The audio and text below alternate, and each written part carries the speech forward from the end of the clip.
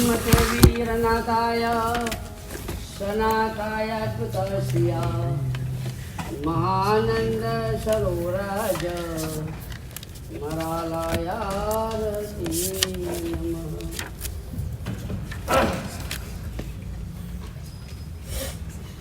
छगन भाई और मगन भाई एक सस्ती होटल में चाय पीने गए। जब वेटर चाय लेकर आया तो उसके अंदर मक्खी थी। छगन भाई ने वेटर को बुलाने के लिए राड लगाई तो मगन भाई ने कहा, अरे छगन थोड़ा दयालु बन, ये मक्खी पी कर कितनी चाय पिए, इसकी राड लगा। कभी वेटर आया, छगन मैंने कहा चाय में मक्खी है, तो वेटर ने कहा 10 रुपये में मक्खी नहीं आएगी तो क्या हाथी आएगा। छगन भाई का प्रॉब्लम कुछ और है कि चाय में मक्खी, ये चाय कैसे पिएंगे। लेकिन मगन भाई मजाक कर रहे हैं और वेटर कुछ और बात कर रहे हैं। जगत के सभी लोग कोई न कोई प्रकार की समस्या में उलझे हुए, सबको अपनी अपनी समस्या, भविष्य में पानी की जो समस्या विश्व में होने वाली है उससे भी भारी लगती है और इसी कारण दूसरों की समस्या ही नहीं लगती। जब किसी के पास हम हमारी समस्या लेकर जाएंगे तो या तो वो मजाक करेगा या तो ये समस्या इतनी बड़ी नहीं है ऐसा दिखावा करने का प्रयत्न करेगा और सामने अपनी समस्या पेश करेगा। तू इतनी छोटी समस्या लेकर आए हैं, देख ले कितनी बड़ी समस्या। जगत अपनी समस्या को पार पाने के लिए डूबा हुआ है क्योंकि सब सेंटर में अहम को रखा हुआ है। चलो हम तीर्थंकर परमात्मा के 26 भव 27 भव को देखेंगे कि जिन्होंने सेंटर में समस्त जीव सृष्टि को रखा, जिनके पास गए समस्या बढ़ गई, अभी हमको जाने उनके पास समस्या 0 हो गई। ऐसे परमात्मा महावीर स्वामी भगवान, उनका हम पहला भव देख रहे हैं, नैसार का भव। एक छोटा सा गुण, जिमय बिना जिमना नहीं। जंगल में भी ये गुण पकड़ के रखा है। विपरीत परिस्थिति में जब आप गुण को पकड़ के रखते हो तब आपके सत्व की परीक्षा भी हो जाती है और आप कितनी ऊंचाई पर पहुंचने वाले हो इसका मापतोल भी तय हो जाता है। अनुकूलता में तो सब अच्छी बातें कर सकते हैं, अच्छे संकल्प कर सकते हैं, अच्छी बातें सब कर सकते हैं, लेकिन जब प्रतिकूलता आती है और प्रतिकूलता में भी अपने गुण को, अपनी भूमिका को पकड़ के रखना, ये कोई सामान्य कोटि की बात नहीं। और नैसार को इसी भूमिका ने भगवान महावीर तक पहुंचा।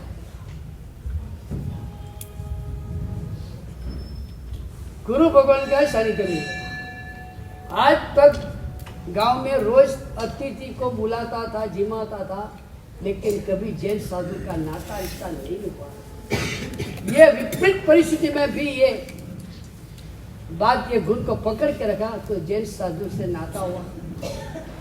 उनको गोचरी पानी भराने से काम पूरा नहीं किया, उनके लिए गोचरी पानी वापरने की व्यवस्था भी किया। जब गोचरी पानी वापरने का पूरा काम हो गया तब नैसार इतने मात्र से संतुष्ट नहीं है, उनके चिंता है कि गुरु भगवान ने बताया हम साथ के साथ निकले थे, रास्ता भूल गए, तो अब मेरी फर्ज है ये जंगल में गुरु भगवान को सही रास्ता बता देना जिससे जल्दी से जल्दी वो शहर में पहुंच जाए। और नैसार ने कहा गुरु भगवान चलो मेरे साथ, मैं आपको शहर का रास्ता दिखा। और शहर का रास्ता दिखा, जंगल की सीम तक लगे, जहाँ से शहर का रास्ता सीधा शुरू होता था, वहाँ वहां तक वो ले गए। फिर कहा अभी अगर आप जा सकते हो तो सीधे शहर में जाना है, हमारा जो जंगल का कार्य है पूरा करना है। परीक्षा हो जाती है आदमी की, पेपर से जो परीक्षा होती है वो आपकी स्मृति की परीक्षा होती है, आपके मेमोरी पावर की परीक्षा होती है कि पूरे बरस में जो जो सिखाया गया उसमें से आपको कितना याद। और जब जो पूछा गया वो पूरा याद नहीं होता है तो ईटीसी लिख देने का आता है। ईटीसी का अर्थ है hand of thinking power capacity. Etc hand of thinking capacity, मेरे सोचने की कैपेसिटी पूरी हो गई है, अब मैं ईटीसी लिखता हूँ, आगे का आप समझते। तो बात ये है कि स्कूल वगैरह में जो परीक्षा होती है वो तो मात्र मेमोरी की होती है। जीवन में जो परीक्षा होती है वो आपके सही अंदर के सत्व की और तत्व की परीक्षा होती है। और उसी वक्त उसी कारण से तय होता है कि ये उपदेश के लिए लायक है या नहीं है।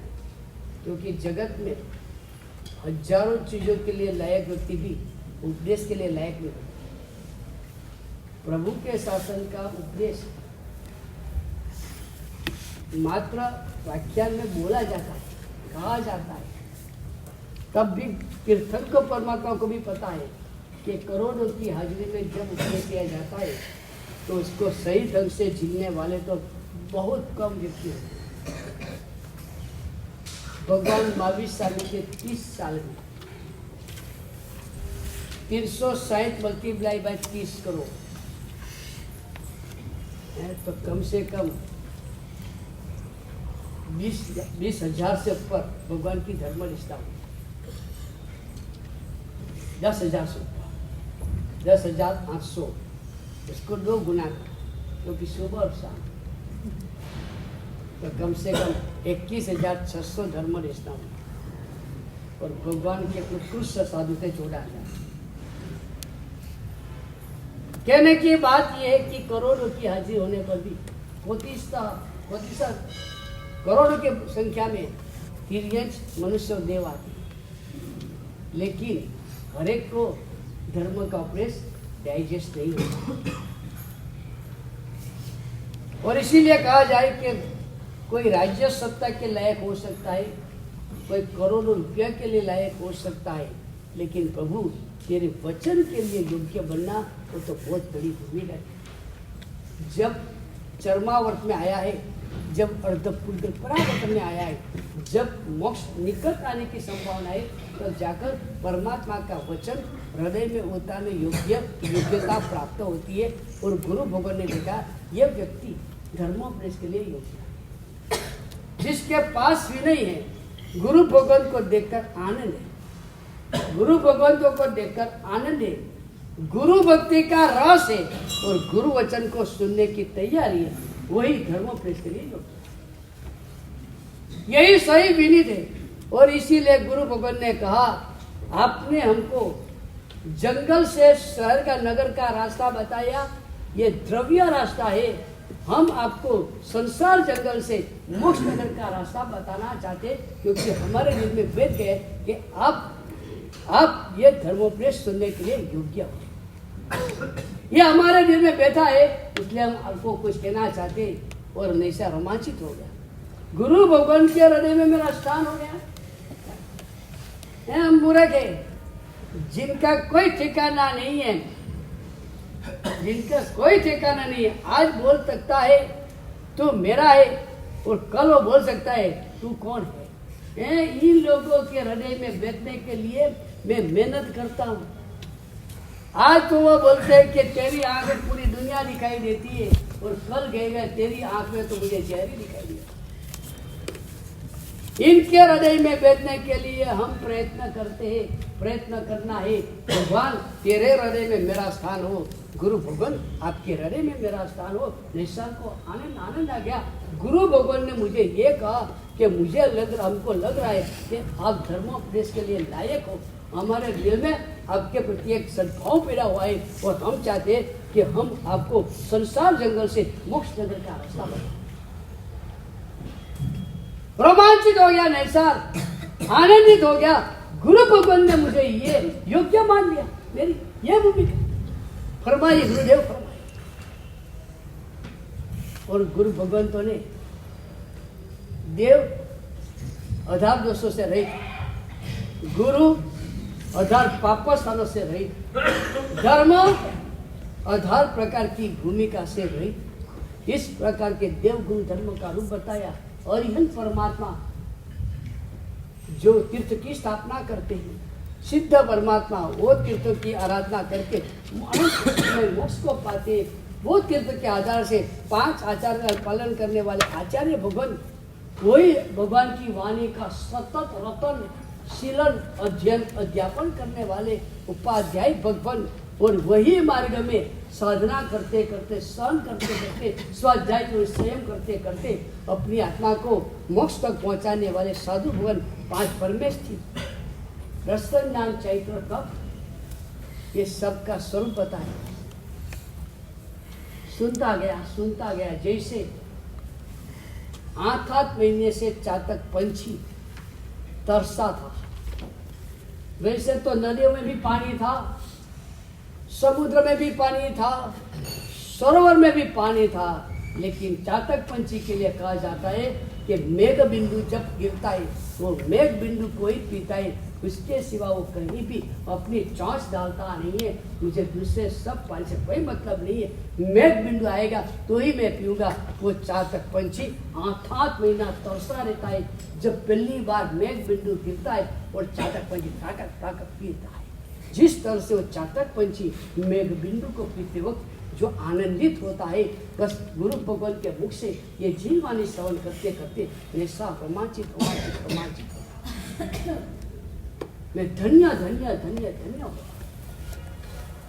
ये भूमिका तक वो पहुंचा है। उनके हृदय के भावों को देखते गुरु भगवंतों को भी आनंद हुआ कि योग्य स्थान पर हम बीज बो रहे हैं। शायद गुरु भगवंतों को भी पता नहीं होगा वो इतना योग्य स्थान है जहाँ बीज बो रहे हैं, वो इतना योग्य स्थान है कि जब भी पूरा फूलेगा फलेगा तब वो तीर्थंकर क्योंकि गुरु भगवंतों की पता नहीं है कि आप किनको उपदेश दे रहे हो। आज आपका लिया हुआ एक छोटा सा उपदेश कल कितना विशाल रूप मिलेगा। नैसार को देव गुरु धर्म बताया, योग्यता देखी नैसार की और नमस्कार महामंत्र दिया। ये जैन शासन की एक महत्व की दीक्षा है, नमस्कार महामंत्र देना। तू जैन है, तू 5 परमेश्वरी का पूजक है, तुझे और ये सिद्धाचार्य पदे सदु हृदय में बैठे हुए उसका प्रतीक है। तू नमस्कार मंत्र सुनेगा, हृदय में बिठाएगा और हरदम उसका ही जाप करता है। तो गुरु भगवान ने नमस्कार महामंत्र दिया और कहा जिंदगी के अंत तक इसको छोड़ना नहीं। बराबर हमारे लिए भी जैन कुल में हमारा जन्म हुआ है, शायद हमारे माता ने हमारे जन्म होते ही हमारे कान में नौका सुनाया शायद, क्योंकि जैन माता है। मरते वक्त भी क्या सुनाया जाएगा? जिंदगी का आरंभ नौका से होगा, जिंदगी का अंत हम सब चाहते हैं जब अंतिम समय नजदीक आ जाए तब कोई मुझे नौकार सुनाने वाला मिल जाए। तो अंतिम समय में भी नौकार। अब बात करो जीवन में, रोज सुबह होती है, शाम होती है, पूरे दिन में कितनी बार नौकार याद आता है? वैसे तो क्या है, सोते समय 7 नौकार गिनना चाहिए, उठते वक्त 8 नौकार गिनना चाहिए। 7 भयों को जीतने के लिए निद्रा में हूँ, कौन सा भय कैसा आ जाए पता नहीं, तो सभी भयों को जीतने के लिए सोते वक्त 7 नौकार। 8 कर्मों से मुक्त होना है ये भाव के साथ, सुबह उठते वक्त 8 नौकार। घर से बाहर निकलना है तो सुरक्षा के लिए, समता के लिए, कार्य की सफलता के लिए 3 नौकार गिनना है। कोई भी कार्य करने से पहले 1 2 3 नौकार हो ही जाता है। हृदय में ऐसा नौकार बस गया है कि जब समय मिला नौकार चालू हो जाता है। ये स्टोरी किसकी है? ये जो मैं बोल रहा हूँ ये किसकी स्टोरी बोल रहा हूँ? कोई कल्पना की स्टोरी तो बोल रहा है। हमने देखा था, हम बोरीवली से मला जा रहे, कांदीवली में भाई पूजा के कपड़े में जा रहे थे। हमको देखा, खड़े रह गए, मच्छर नहीं का।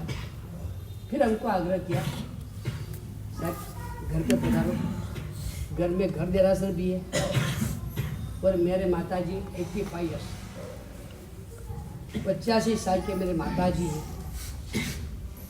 उनको मंगलिक सुनाना भी हो जाएगा, भगवान का दर्शन भी हो जाएगा और आपको एक चमत्कार भी देखने को मिलेगा। अभी हम भी तो आपके जैसे ही है, चमत्कार की बात आती है थोड़े अट्रैक्शन तो हो जाता है। गए उसके घर पर, परमात्मा का दर्शन भी किया। पथारी में सोए थे, पैरालिसिस, पूरे बॉडी को पैरालिसिस लग गया था। थोड़े भान में भी था, दिमाग सबूत था, कान से सुन भी सकते थे, आंख से देख सकते थे, इतनी तो कैपेसिटी थी। बाकी पूरा शरीर बॉडी पैरालिसिस। उन्होंने कैसे मंगलिक सुनाओ, हमने मंगलिक सुनाया। अब हमको सबसे ज़्यादा रस किसमें था? चमत्कार। तो हमने पूछा आपने चमत्कार जैसी कोई बात किया था ना, तो क्या करके देखो। अभी आपको चमत्कार बताओ। ये मेरे माता जी थे, उसको पैरालिसिस है। मेरा नाम 3 अक्षर का ही है। अभी मेरे माता जी को आप पूछो कि इसका नाम क्या है, वो बोलेगी, जरूर बोलेगी। अब जरा देखो, उन्होंने पूछा माता जी को, भान में हो स्वस्थ हो? तो क्या हाँ। सबको पहचान सकते थे क्या आप साधु भगवान वैसा ऐसा कर बोले नहीं ऐसा है। फिर हमने पूछा ये कौन है, इसका नाम क्या है? 3 अक्षर का ही नाम था, कोई ज्योत अक्षर नहीं। लेकिन जीभ को भी लकवा की असर, जीभ को भी लकवा की असर थी। तो 3 अक्षर का नाम जीभ को घसीटते घसीटते बोलने में कोई 30 सेकंड लगे। मानो कि उसका नाम अगर दीपक है तो दीपक दीपक दीपक ऐसा जोर, कितना जोर किया तब जाकर वो जीभ से दीपक निकल। हमने पूछा इसमें चमत्कार क्या है? तो कभी चमत्कार देखो। वही मेरी माता को कहो एक नौकर आपको सुना। और हमने कहा आपका ध्यान नौकार में है? तो कहा नौकार में सतत चलता है नौकार। बोलो तो एक नौकार। हमने कहा, और उन्होंने नौकार बोला। 68 अक्षर का पूरा नौकार, जरा भी जीभ को घसीटना नहीं पड़ा। एक सरीखा नौकार चला, एक सरीखा, कोई ब्रेक नहीं, किसी को पता ना चले कि इसके जीभ को लकवा की असर। इस तरह से पूरा नौकार बोले, जिसको 3 अक्षर अपने लड़के के नाम का बोलना है तो जीभ को खींचनी पड़ी। वो बहन पूरा नौकार 68 अक्षर इतने सरलता से सहजता से बोल दिया। बोलो मां साहब चमत्कार है या नहीं? हमने कहा जरूर ये चमत्कार है, लेकिन ये कैसे हुआ? क्योंकि वैसे मेरी माता जी बहुत लंबे अरसे से धार्मिक नहीं हुई है। वह 15 साल से धार्मिक हुई है। उसके पहले तो घर संसार की चिंता में, लेकिन कई प्रवचन में सुना या कोई साधु जी के पास से सुना, सुनता समरो सुनता समरो, हर समय हर पल हर घड़ी नौकार का स्मरण करते रहो। और मेरी माता ने ये बात पकड़ ली। आज कोई 15 साल हुआ है, सतत नौकार चालू है, सतत नौकार चालू रहते। जीभ इतनी नौकरमय हो गई है कि ये जीभ को लकवा की असर होते हुए भी नौकर जब गिरने का है तो लकवा की असर सही करेगा, इतनी नौकरमय हुई। तो मैं आपको पूछता हूँ, बोलो आरंभ में नौकार, अंत में नौकार, पूरे दिन में कहाँ नौकार है? कहाँ है नौकार? करो संकल्प, मिनिमम पूरे दिन में 10 बार नौकर गिनना। भले एक नौकर गिनो, भले एक नौकर गिनो, लेकिन 10 अलग अलग बार एक एक नौकर गिनना, भले 10 ही नौकर गिनना है, मैं ज्यादा नहीं कहता हूं, लेकिन अलग अलग समय पर मुझे नौकर याद आना चाहिए। सबसे महत्व की बात है, मुझे नौकर याद आना चाहिए। किसी को बात करनी है तो पहला नौकर, घर से बाहर निकलना है तो पहला नौकर, जिम में बैठना है पहला नौकर, दुकान खोलने पहला नौकर, हर जगह पर पहले नौकर। 10 नौकर बहुत ज्यादा चीज नहीं है, लेकिन 10 बार याद करना बहुत भारी चीज है, वो आपको याद नहीं आता। करो प्रैक्टिस। ये नए साल को गुरु भगवान ने नौकर मंत्र दिया, फिर तो गुरु भगवान का विहार हुआ लेकिन ये नए साल ने गुरु प्रसादी समझकर गुरु भगवान ने मेरे पर बरसाई हुई ये प्रसादी है। वो दिन मुझे जो गुरु भगवंत मिले, उस दिन मेरे को गुरु भगवान मिले, और ये गुरु भगवान ने मुझे नौकर दिया। मेरे लिए वो क्षण, वो समय इतिहास हो गया, गोल्डन हो गया। मैं भाग्यशाली नहीं, सौभाग्यशाली हो गया। और नौकर निशा ने ऐसा पकड़ लिया, सुबह से रात नौकर मैं बन गया। जिस क्षण गुरु भगवान ने देवगुरु धर्म का स्वरूप बताया और जिस क्षण नमस्कार महामंत्र दिया, उस क्षण अंदर का एक विशिष्ट सत्संग हुआ। मौन्य कर्म का मिथ्यात्व मौन्य और अनंतानुबंधी कसाय, क्रोध मान माया लोभ और मिथ्यात्व मौन्य, इन सभी का कुछ विशिष्ट कोटि का सत्संग हुआ। अंतराय कर्म सम्यक को रोकने वाले सारे अंतराय कर्म तुझ गए। एक क्षण अनंत अपूर्व आनंद का अनुभव।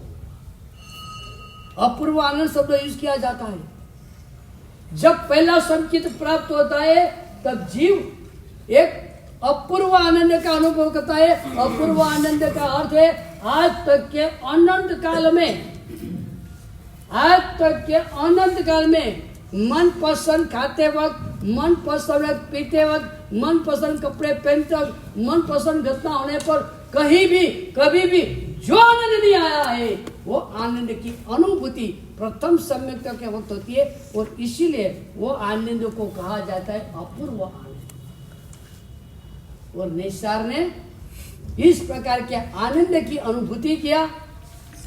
नमस्कार महामंत्र को पकड़ के सतत पंच परमेष्ठी का जाप, सतत पंच परमेष्ठी को नमन नमन नमन नमो हरिदास नमो सिद्धार्थ नमो हरिदास नमो सिद्धार्थ, ये 5 परमेष्ठी के साथ नमस्कार से जो नाता जुड़ा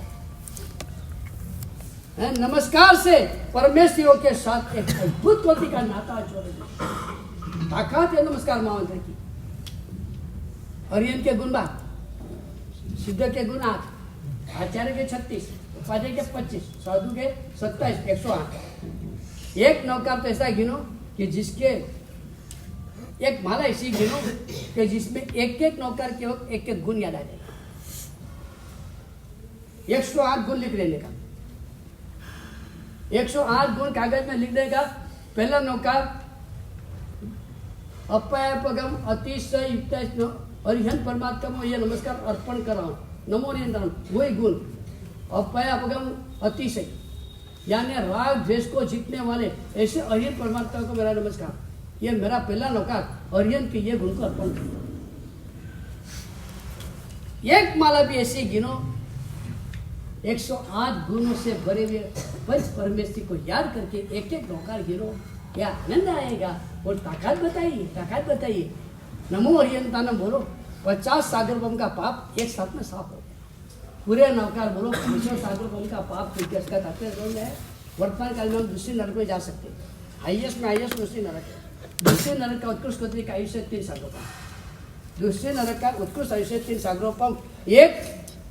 एक नौकर भाव से गिना तो 167 टाइम्स, 167 टाइम दूसरी नरक में जाने योग्य हमने जो पाप किया था एक साथ में साफ हो जाता है। एक एक नौकर की ये ताकत,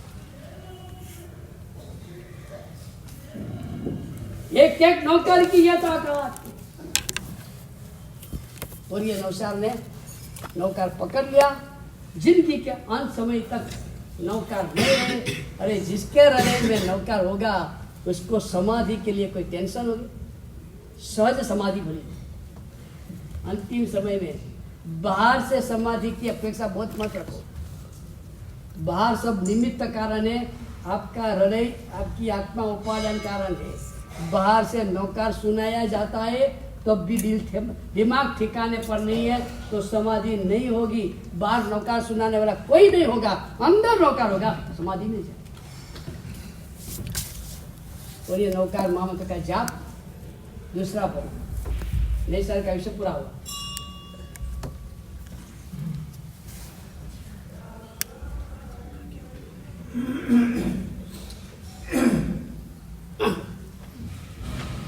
चौबीस तीर्थंकर परमात्मा में सम्यक तप पाने में सेकंड नंबर है परमात्मा महावीर भगवान का। बराबर समझ लो। सेकंड तीर्थंकर अजितनाथ,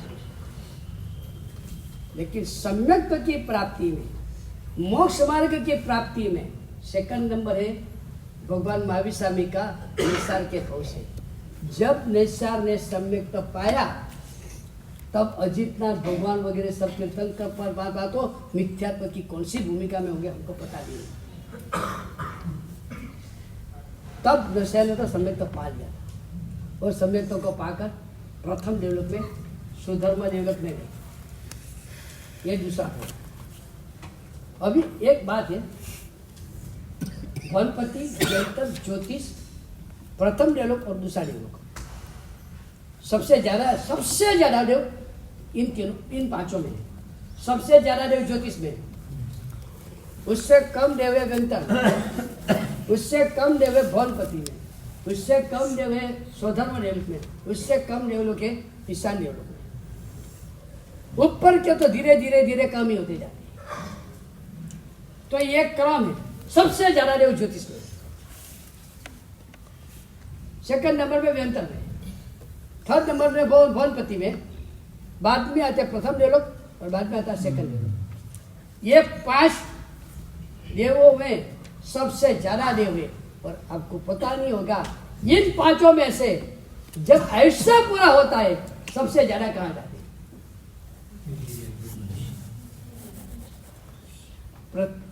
प्रथम देवलोक, दूसरा देवलोक, भवनपति, व्यंतर, ज्योतिष, ये 5 देवलोक में सबसे ज्यादा देव है। और सबसे ज्यादा देव मरकर एकेंद्रिय में जाते हैं। एकेंद्रिय में पृथ्वी काय, अप काय और वनस्पति काय। क्योंकि या तो रत्न में पागल बन जाते हैं, या तो वहां की जो पुष्करिणी यानी वाव वगैरह जो होते हैं उसके पानी में पागल बन जाते हैं, या तो वहां के कल्पवृक्ष वगैरह जो वनस्पति है उसमें पागल हो जाते हैं। और जब ये सब छोड़ के जाने का होता है तो कल्पांत होता है। ये छोड़ के जाना, रत्न का जो थंबा है, रत्न का थंबा, उसको वो ऐसे आलिंगन देते, मैं उसको छोड़ के नहीं जाऊंगा। इतना पागलपन आ जाता है और मरकर सब एकेंद्रिय में चले जाते हैं। जो एकेंद्रिय में नहीं गए, एकेंद्रिय में जो नहीं गए, वो जितने देव बचे उसमें से ज्यादा देव तिरंज गति में पंचेंद्रिय तिरंज बचे। इतने सारे देवों में मनुष्य गति को पाने वाले देव तो इन्हें गुने चीने होते हैं, बहुत कम होते हैं। जिन्होंने देवलोक में जाकर भी वैराग्य भाव को पकड़ के रखा है, देवलोक में भी जिन्होंने परमात्मा के साथ नाता और रिश्ता जोड़ के रखा है, देवलोक में जाने के बाद भी शाश्वत जिनालों का दर्शन करने का, नंदीश्वर द्वीप वगैरह में जाकर परमात्मा भक्ति करने का भाव जिन्होंने पकड़ के रखा है। 3 भूमिका होनी चाहिए। एक वैराग्य होना चाहिए, विषय राग के बीच में वैराग्य होना चाहिए। यानी मैं नहीं कहूंगा देवांगना को नृत्य कर, देवांगना मुझे कहेगी मैं नृत्य करती हूं, आप देखो। ये वैराग्य होना चाहिए। तीर्थंकर परमात्मा की जिन वाणी श्रवण वगैरह करने के साथ द्वारा परमात्मा के साथ कनेक्शन चाहिए। और जो शाश्वत जिनालय वगैरह वहां दर्शन करना, ऐसे कनेक्टेड में रहते हैं। ऐसे थोड़े कुछ देव मनुष्य दूसरे देवलोक में गए हुए नहीं साहब, वहां भी वैराग्य को पकड़ के बैठे थे, वहां भी परमेश्वरी को पकड़ के बैठे हुए थे, वहां भी एक धुन एक लगन परमेश्वरी मैत्री थी। ऐसा पूरा अभी तीसरा भवन अवसर भी निकाल का फरक क्षेत्र का 4 कोड़ा कोड़ी सागरोपम का सुषमा सुषमा पहला पूरा हुआ है। 3 कोड़ा कोड़ी सागरोपम का सुषमा नाम का दूसरा आरा भी पूरा हुआ है। सुषमा दुष्मा नाम का तीसरा आरा करीब करीब पूरी होने की तैयारी में, थोड़े लाख पूर्व जितना बरस बचा है। मरुड़ई माता ने नाभि राजा के कुल में मरुड़ई माता ने 14 सपनों से सूचित प्रथम तीर्थंकर को जन्म दे दिया है। वो प्रथम तीर्थंकर 20 लाख पूर्व तक कुमार अवस्था में रहे, 63 लाख पूर्व तक राजा के रूप में रहे, 83 लाख पूर्व का विषय जब पूरा हुआ है तब जन्म के दिन ही दीक्षा लिया। 1000 वर्ष उत्कृष्ट कोटि का चारित्र का पालन किया। 1000 वर्ष में 24 घंटे का प्रमाण, 1000 वर्ष में 440 मिनट का प्रमाण, तात्पर्य 1 वर्ष में 1.5 मिनट का प्रमाण, तात्पर्य 4 दिन में 1 सेकंड का प्रमाण। ये इसी जोरदार साधना किया है। 1000 वर्ष तक मरुड़ई माता ऋषभ ऋषभ ऋषभ ऋषभ ऋषभ धुन लगाए हैं। भगवान पधारे, सकट मुख उद्यान में भगवान पधारे हैं। तीर्थ की स्थापना हुई। तीर्थ स्थापना से पहले ही मरुड़ई माता अन्यत्र भावना वगैरह का भावन करते करते हाथी पर बैठे बैठे ही मोक्ष में चले गए। बाद में तीर्थ की स्थापना हुई है। यहाँ भरत, उसके वहां एक बालक का जन्म हुआ था। जिस सन माता ने बालक को जन्म लिया उस सन कहा जाता है कि एक तेज किरण प्रकट हुआ। उसकी माता वगैरह तेज किरण देखा और इसीलिए वो बालक का नाम पड़ा मरीचि। मरीचि का अर्थ है तेज किरण। वो बालक का नाम था मरीचि। कलाभ्यास वगैरह करके जवान वही में आया है। आज तक मानता था 6 कर्ण के अधिपति मेरे पिताजी समान समृद्धि इस जगत में किसी की नहीं। भगवान ऋषभदेव पधारे हैं। भरत बड़े बैन बाजा सामया जुलूस के साथ भगवान को वंदन करने के लिए निकले हैं। मरीचि भी साथ में है। भोग सम्राट भरत की समृद्धि देखी थी, अब योग सम्राट परमात्मा की समृद्धि देखने जा रहा है। दूर से ही देखा चांदी का घर, सोने का घर, रत्नों का घर, विशाल और बड़ा ऊंचा, पूरे समरसन को लगा हुआ ऐसा अशोक वृक्ष, 4 रत्न सिंहासन, पूर्व दिशा सन्मुख ऋषभदेव भगवान बैठे हुए हैं। इंद्र वगैरह चामर गिंज रहे। जब मरीचि ने भगवान की योग सामग्री देखी, उनको लगा अगर ये महल है तो मेरे पिताजी का महल एक छोटा सा झुपड़ा है। कमाल है। वितरागी के पास, वैरागी की ऊंचाई पर पहुंचे हुए परमात्मा के पास जो बाह्य समृद्धि है, वो बाह्य समृद्धि भी मेरे पिताजी के पास नहीं। पहुंचे, धर्म देशना सुनी। नैसर्गिक भाव में जाप किसका किया था? 5 परमेश्वर का। ये 5 परमेश्वर के जाप ने अंदर कोई केमिकल चेंज किया और इसी कारण इस भाव में भगवान की एक धर्मदेशा सुनी, एक ही धर्मदेशा। कोई दुखी नहीं था मरीचि, चक्रवर्ती का पुत्र है, विशिष्ट प्रतिभा संपन्न है। आपकी भाषा में बोले तो उसको भी कोई राज्य मिलेगा, ब्राइट फ्यूचर है। लेकिन भगवान की एक ही धर्मदेशा सुनी। एक तो मन में बैठ गया था कि जो योगी होता है उसकी बाह्य समृद्धि के सामने भी संसारियों की समृद्धि टिक नहीं पाती है, तो अंदर की समृद्धि तो कितनी होगी। भोगियों के पास बाह्य जगत है, योगी के पास आंतरिक जगत है। और तीर्थंकर परमात्मा की धर्मदेशा लंबा नहीं खींचने का,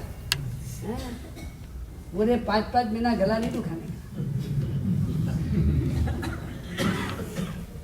एक बार सुना, सामान्य तौर से सामान्य ऐसा कोई नियम नहीं है, सामान्य देखा जाता है कि पहली बार में जो पक गया वो पक गया, वो पहली बार में जो पकता नहीं है उसका घास पक जाता है, लेकिन वो नहीं पकता। एक झटके में जिसको एक झटका लगा हो, जिसको काम हो गया हो। बाकी तो बाद में तो क्या होता है, वो इलेक्ट्रिशियन होता है ना, इलेक्ट्रिशियन, हमको जहाँ करंट लगता है उसको वहाँ करंट नहीं लगता है। हमने देखा है, एक छोटा सा भी जरा करंट लगता है तो करंट लगा, वो तो उसमें काम करता है, उसको वो करंट लगता ही नहीं, उसको कोई झटका नहीं लगता है। कारण वो झटका खा कर इतना पेन हो गया है कि भी उसको जो जहां हमको भी झटका लगता है वहां हमको कुछ झटका लगता नहीं है। हाँ, वो एक बड़ा झटके की बात है तो अलग है, बाकी उसको तो झटका लगता ही नहीं है। रोज खाता है वो झटका, 25-50 बार खाता है, उसको वो झटका लगता नहीं है। जहां हमको जरा छूटने पर झटका लगता है वहां उसको झटका लगता नहीं है। जहां मरीची जैसे को झटका लगता है वहां हमको भी झटका नहीं लगता, हमको भी झटका नहीं लगता है, क्योंकि हम भी ट्रेन हो गए, वेल ट्रेन। मरीची ने तो मात्र सुना है, संसार असार है, हम तो रोज अनुभव करते हैं। सुबह से शाम हमारा यही अनुभव चलता है, सुबह से शाम तक यही चलता है। कल जो लड़के ने 50,000 रुपया मांगा था नए मोबाइल के लिए और मैंने पता करके दे दिया था, वो लड़के को आज मैंने कहा बेटा 1 गिलास पानी पिला देगा, तो फड़ा करके बना कर देता है, पापा मैं नहीं दूंगा, मैं करूंगा थोड़ा। संसार बोलो तो सही। वो टीवी देखने के लिए पिताजी और दोनों लड़के, छोटे और बड़ा लड़का, तीनों बैठे हुए थे। पिताजी ने बड़े लड़के को कहा बेटा जा, तरस लगी है, 1 गिलास पानी लेकर आ। तो बड़े लड़के ने कहा पापा मैं नहीं जाऊंगा, मुझे भी टीवी देखना है, मैं नहीं जाऊंगा। तब छोटे लड़के ने पापा को कहा पापा छोड़ो, वो बड़ा भाई है ने बड़ा बदमाश है, छोड़ो उसको, कोई बोलने की जरूरत नहीं। ऐसा करो पिताजी आप जाओ पानी पीकर आओ और मेरे लिए गिलास लेकर आओ।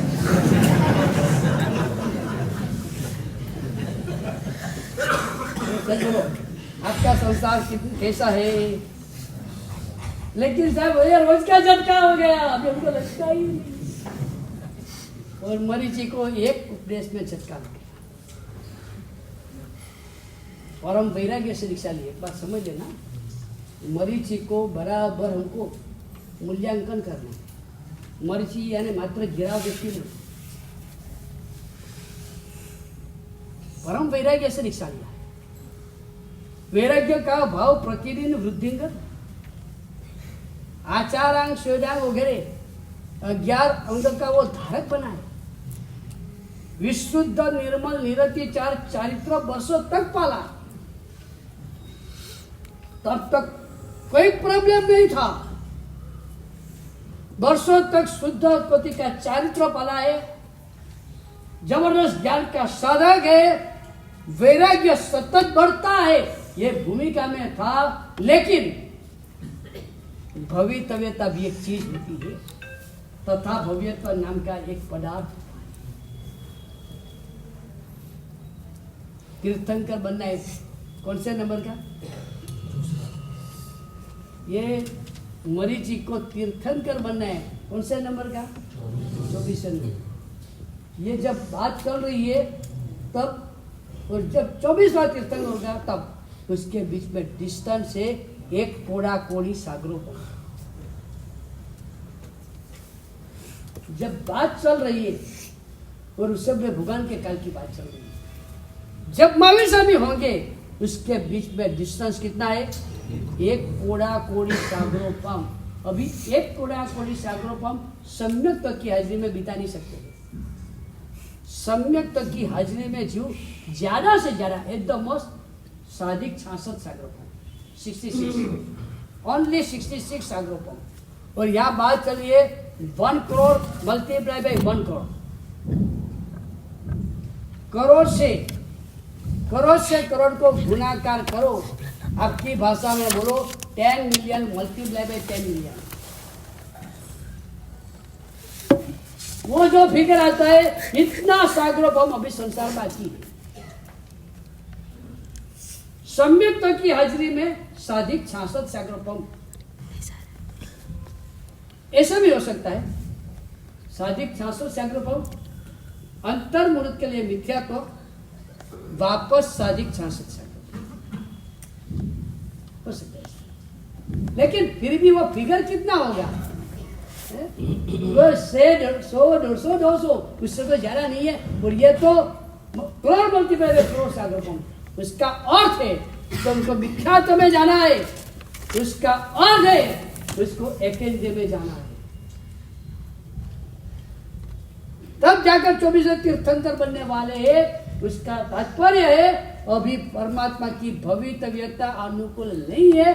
उसका तात्पर्य है भगवान का तथा भव्यत्व नाम का जो पदार्थ है वो परिपक्व नहीं हुआ। तथा भव्यत्व कहता है ठहर, अभी तुझे मुझ में नहीं जाना है, ठहर। भवितव्यता कहती है अभी तेरी भवितव्यता अनुकूल नहीं है, तुझे अभी गिरना बाकी है। बस ये जो तथा भव्यता बोलो, भवितव्यता बोलो, तीर्थंकर परमात्मा के केवल ज्ञान में जो पर्याय दिखे वो पर्याय को बोलो मरीचि का पतन। मरीचि का पतन होने के लिए मैं तो मानता हूं दूसरा कोई कारण नहीं था। उनका 1 कोड़ा कोड़ी सागरों पम बाकी था, उसने ही मरीचि को गिराया। और मरीचि वैराग्य होते हुए भी शरीर की अनुकूलता की ओर गई। दो में से एक संभाल सकते हैं, ऐसा मत कहना कि दोनों हाथ में लड्डू रखेंगे, ऐसा मत करो। दो में से एक है, या तो घी या तो छाछ, दो में से एक को संभालना है। आपके पास एक हाथ में घी का गिलास है, एक हाथ में छाछ का गिलास है, आपको दो में से एक ही संभालने का है। छाछ संभालोगे तो घी का गिलास गिरने वाला है, घी के गिलास को संभालना है तो छाछ गिरेगी, जाने देना है। आपके पास दो विकल्प नहीं रहते। शरीर को संभालना है तो आत्मा की चिंता छोड़नी पड़ेगी, आत्मा को संभालना है तो शरीर की परवाह नहीं करनी पड़ेगी। दोनों नहीं हो सकता है, तो ही हमको करना है। किसको वजन देना, छाछ को वजन देना या घी को वजन? मूर्ख मत बनना। वो लल्लू ने नए बूथ खरीदे, नए बूथ 1000 रुपया 5000 रुपये का बूथ खरीदा और बूथ पहनकर जा रहा था, और रास्ते में देखा सब गंदगी पड़ी हुई है, विष्ठा वगैरह पड़ा हुआ है। तो हमारे लल्लू ने सोचा बूथ बिगड़ना नहीं चाहिए, बूथ बिगड़ना नहीं चाहिए, इसलिए बूथ निकाल दिया, बगल में बूथ रखा और चलने का शुरू कर दिया। बूथ किसके लिए था भाई? बूथ किसके लिए था? लेकिन लल्लू ने बूथ को वजह दे दिया, नए नए बूथ वो बिगड़ना नहीं चाहिए। बूथ को दबाया बगल में और वो चलने का शुरू किया, और बराबर पैर ने केक काट डाली, जो विष्ठा पड़ी थी उसको पैर पर पड़ा। लल्लू खुश हुआ, हास मेरे भूत बच गए। अभी तो आगे चला, वो पैर पड़ा हाथ करके पिस्ता में। उसने सोचा क्या मेरे पैर में लगा, और हाथ लगाया, उसके ऊपर हाथ लगाया। अभी क्या बिगड़ा, हाथ बिगाड़ा।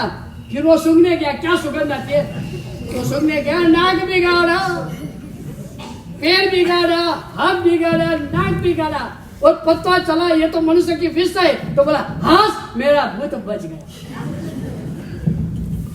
ये लल्लू के लिए आप क्या कहते हैं? वो लल्लू ही बराबर है। वो लल्लू लल्लू ही है। बोलो बोलो भाई, हमने भी ये क्या किया है? भूत के बचाने की जगह, पैर को बचाने की जगह भूत बचाने गया। हम आत्मा के मन वचन काया के योगो बचाने की जगह संसार और शरीर की अनुकूलता को पकड़ने गए। हमने पहले मन बिगाड़ा, बाद में हमने वचन बिगाड़ा, बाद में हमने हमारी काया के योगों को बिगाड़ा। हम मन वचन काया के योगों को बिगाड़ता है क्योंकि हमको आत्मा की चिंता नहीं है, हम शरीर की चिंता करते हैं। अगर कोई पैर की जगह बुद्ध को वजन देता है तो हास्यास्पद होता है। हम कहते हैं आत्मा को छोड़कर शरीर की चिंता करते हैं, उससे भी ज्यादा हास्यास्पद है। और मरीचि ये भूमिका में गया, शरीर को संभालने गया, आत्मा को। बहुत वर्षों के बाद, चारित्र के बहुत सारे वर्षों बीत जाने के बाद, धीरज नाम का एक तत्व होता है, धैर्य। जस्ट वेट, तू थोड़ी राह ले, सब होगा। लेकिन ज्यादातर को धैर्य नहीं रहता है, धैर्य नहीं रहता है। अरे भाई धैर्य रख, खिचड़ी को चूल्हे पर चढ़ाया है, ढक्कन बंद किया है, तू धैर्य रख। और खिचड़ी पकेगी पकेगी, तू चिंता मत कर। और बार बार ढक्कन खोलता है, चढ़ी चढ़ी। धीरता बहुत बड़ी चीज है, बहुत बड़ी चीज है। मन को क्षमता और स्वस्थता में रखने के लिए जो मेन तत्व की जरूरत है वो है धैर्य। अगर शरीर में खून नहीं है तो मौत है, अगर आराधक के पास धैर्य नहीं है तो इसकी साधना की मौत है। धैर्य जरूरी है। और बेचारा भविष्यता से मरीचि धैर्य हार गई। कितने वर्षों तक सहन करना? हर ग्रीष्म ऋतु का काल आता है, कैसी गर्मी पड़ती है, पसीना पसीना उतरता है। चलने जाओ तो पैर को गर्मी लगती है, सर में लोच किया है तो सर को गर्मी लगती है, पूरा शरीर पसीना पसीना से दुर्गंधमय हो जाता है। कब तक ये सब सहन करो? बस अब नहीं सहन करना है, अब मेरी धीरज नहीं रही है, चलो कोई नया रास्ता निकालो। मिथ्यात्व मोनीय नहीं, लेकिन चारित्र मोनीय के उड़े वाले कर्म। अभी मिथ्यात्व मोनी नहीं, अभी भी सम्यक है, लेकिन चारित्र को आवरक कर्मों का उड़े समझ। और इसीलिए विकल्प ढूंढ निकाला। साधु भगवान तो शील संयम ब्रह्म का स्नान करते हैं। मैं शीलवान नहीं, संयमवान नहीं, ब्रह्मवान नहीं, मैं अचित्त पानी से, मर्यादित पानी से स्नान करता। साधु भगवान तो पवित्रता की मूर्ति है, वैराग्य की मूर्ति है, समाधान मैत्री के स्वरूप वाले है। मैं तो कसाय से भरा हुआ हूँ, इसलिए मेरे कपड़े भगवा। साधु के सफेद कपड़े बराबर है, वो तो वैरागी। मैं वैरागी नहीं हूँ, कसाई से भरा हुआ हूँ, यानी कसाई कपड़ा जिसको दूसरा नंबर में कहते हैं। साधु भगवान तो केश और क्लेश दोनों को बिताना चाहते हैं। मैं मेरा क्लेश बिता नहीं पाया तो मुझे केश का आलोच नहीं करना है, मुंडन कराऊंगा और चौकी रखूंगा। साधु भगवान के सर पर तो भगवान का छत्र है।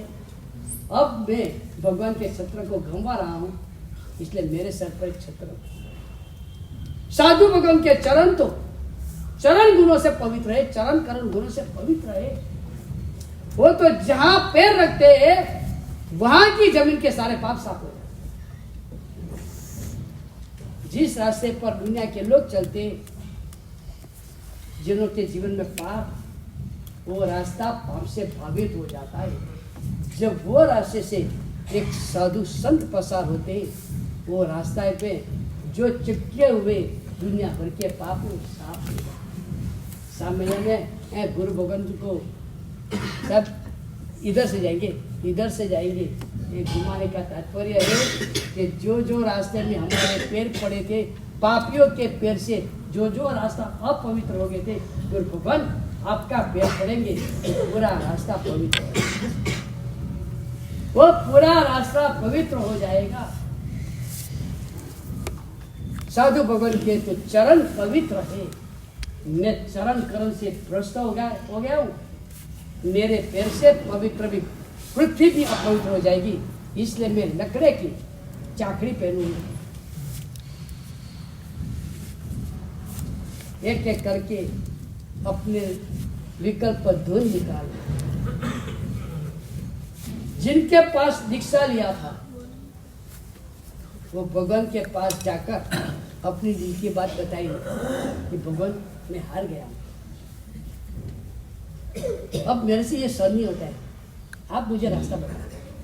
शायद भगवान कोई रास्ता बताते, कोई प्रेरणा करते, कई मार्ग दिखाते, लेकिन वो अपने गुरु से निरपेक्ष हुए, गुरु को पूछा ही नहीं। ये जो मैं बोलता हूँ बराबर याद रखिए। मरीचि ऋषभदेव जैसे तीर्थंकर गुरु मिलने पर भी गुरु से निरपेक्ष हुए और अपने आप रास्ता निकाला। इसका प्रतिघोष भगवान महावीर स्वामी के काल में होने वाला है। कल्पसूत्र में लिखा है, जब भगवान महावीर स्वामी निर्वाण पाए तब अकेले थे और वहां काउंट किया है, ये बता रहे कि 5वें आने में साधु गुरु निरपेक्ष होने वाले, और इसका बीच वहां है। मरीचि ने ऋषभदेव भगवान को पूछा भी नहीं। जिस भगवान ने मुझे होगा दिया है, कम से कम उनको तो पूछ लूं, पूछा भी नहीं और नया वेश निकाल दिया। उसके पीछे कारण भी था, उसको भरत का भय लग रहा था। चक्रवर्ती है भरत, और मैं घर पे वापस जाऊंगा तो मेरा पिताजी मुझे कैसे डांटेंगे, मेरे पिताजी की इज्जत भी क्या रहेगी, मुझे अवसर क्या मिलेगा, मेरे पिताजी मेरी धुन निकाल देंगे तो मैं कैसे सहन कर पाऊंगा। इसलिए घर पर जाना नहीं है, भगवान को पूछना नहीं है, भगवान को पूछना नहीं है, घर पे जाना नहीं है। और इसलिए रास्ता निकाल दिया, अपना एक अलग रास्ता निकाल दिया, भगवान से निरपेक्ष होकर, गुरु से निरपेक्ष होकर रास्ता निकाला। इसका प्रतिघोष मायसन भगवान के शासन में आ रहा है, क्योंकि मरीचि ही महावीर।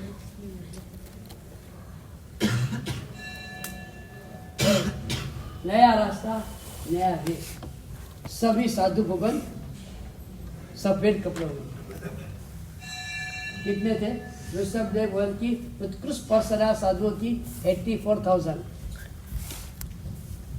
84,000 साधु भगवान, जिसमें केवल ज्ञानी है, मानव परिज्ञानी है, अवधि ज्ञानी है, चौर पूर्वधर है, ऐसे सफेद कपड़े वाले 84,000 साधु भगवान तो ये आप कहते हमारा दावणगिरी धन्य हो गया, 22 साधु भगवान, 18 साधु भगवान धन्य हो गया, 40 में धन्य हो गए तो 84,000 में क्या होगा? हमको अटैक तो आ जाए, अटैक नहीं आ जाए। देखो ये जाते रहे सफेद साधु साधु साधु साधु साधु, बाप रे कहाँ तक जाते रहेंगे? इतना सा साधु भगवान आगे घोसी पड़ के क्या करेंगे? आपको टेंशन आ जाएगा। 84,000 तो साधु साध्वी हजार, ये 84,000 श्वेत वस्त्रधारी साधु भगवंतों के बीच में ये भगवा कपड़ा था।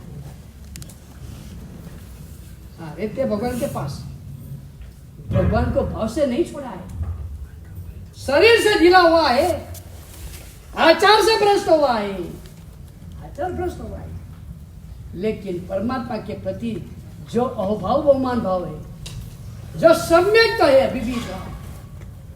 और इसी कारण अभी सीधी बात है, सब श्वेत और वो कौन सा भगवान। तो दुनिया में सीधी बात है, जो कुछ अलग दिखाई दे, अनूठा दिखाई दे, सबसे अलग कोटि का दिखाई दे, तो सबका इंप्रेशन हुए ये क्या है। सही है, गधा भुगता है ना तो कोई देखने नहीं जाता, आदमी भुगता है देखने जाए।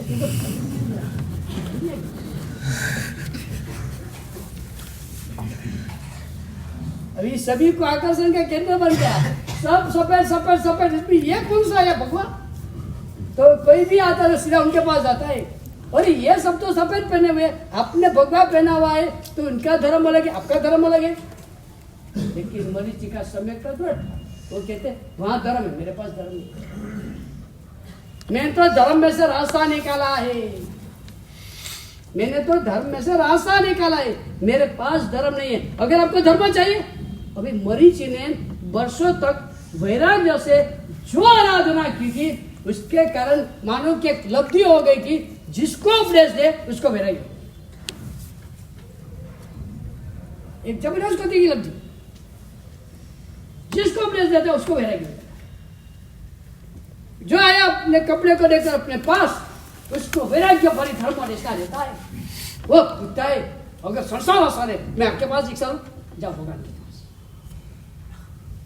अभी भी एक आचार संपन्नता की जबरदस्त कोटि की भूमिका है।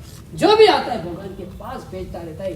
बहुत सारे लोगों को उन्होंने भगवान के पास भेजकर उस सबको दीक्षा लाई, उपदेश देकर धर्म करने, दीक्षा लेने की प्रेरणा मरीचि, दीक्षा लिया भगवान के पास। मरीचि शायद चौथे पांचवें गुना स्थान में उनके पास से प्रेरणा लेकर जिन्होंने दीक्षा लिया, तो छठे सातवें वगैरह गुण स्थानकों में ऐसे बहुत सारे साधुओं को मरीचि ने अपने बल पर, अपने वैराग्य के बल पर प्रभु का शासन दिया। यानी कपड़ा भले भगवा था, लेकिन मार्ग तो नहीं खाता था। ऐसे करते करते दिनों बीतते गए। एक बार आज तक जो नहीं पूछा गया था, ऐसा एक प्रश्न भरत चक्रवर्ती ने पूछा। वजह यह थी कि ऋषभदेव भगवान ये अवसर पीढ़ी निकाल के सारे भावों का वर्णन कर रहे। ये अवसर पीढ़ी में कौन सी महत्व की घटनाएं होने वाली, कैसे कैसे महापुरुष वगैरह होने वाले, उसका भगवान वर्णन कर रहे थे। और ये वर्णन को पाकर भरत चक्रवर्ती ने भगवान को एक प्रश्न पूछा, और वो प्रश्न ने मरीचि के जीवन में क्या उथल पुथल मचा दी। चलो इसकी विशेष बात आगे पर देखेंगे। भी कहा